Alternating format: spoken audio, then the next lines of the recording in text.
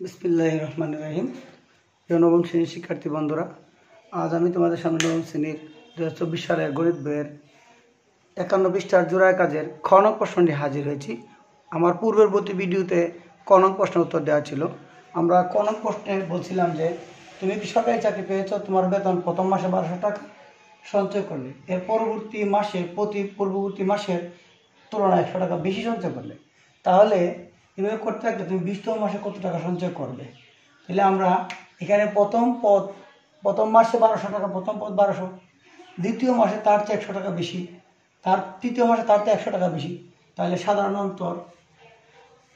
সাধারণ অন্তর ডি সমান 1300 বিয়োগ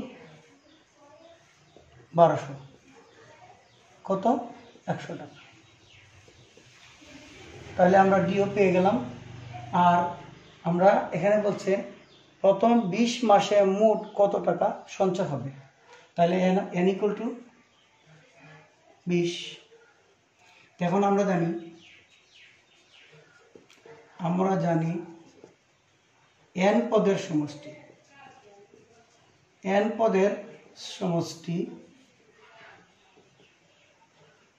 Sn সমান n/2 2a plus n-1 into D.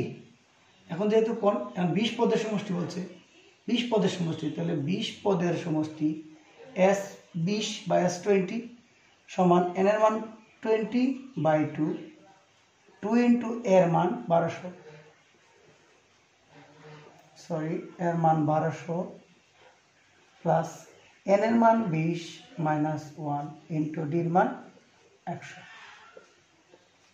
এখন আমরা লিখব 20কে 2 দিয়ে ভাগ করলে হয় 10, 12 দুগুণে 2400, 1200 গুণ 2 2400, 20 থেকে গেলে 19 গুণ 100।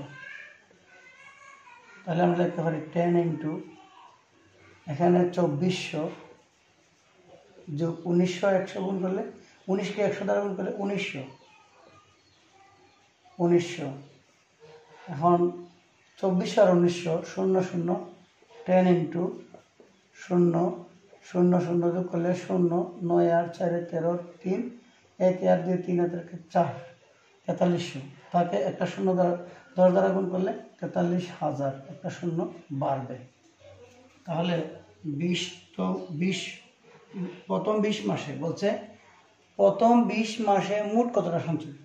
আমরা লিখব প্রথম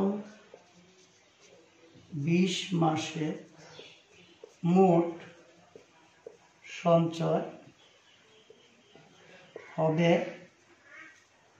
43,000 টাকা। তাহলে বুঝতে পারছো, পরবর্তী ভিডিওর জন্য আমরা পরবর্তী ক্লাসের জন্য অপেক্ষা করব।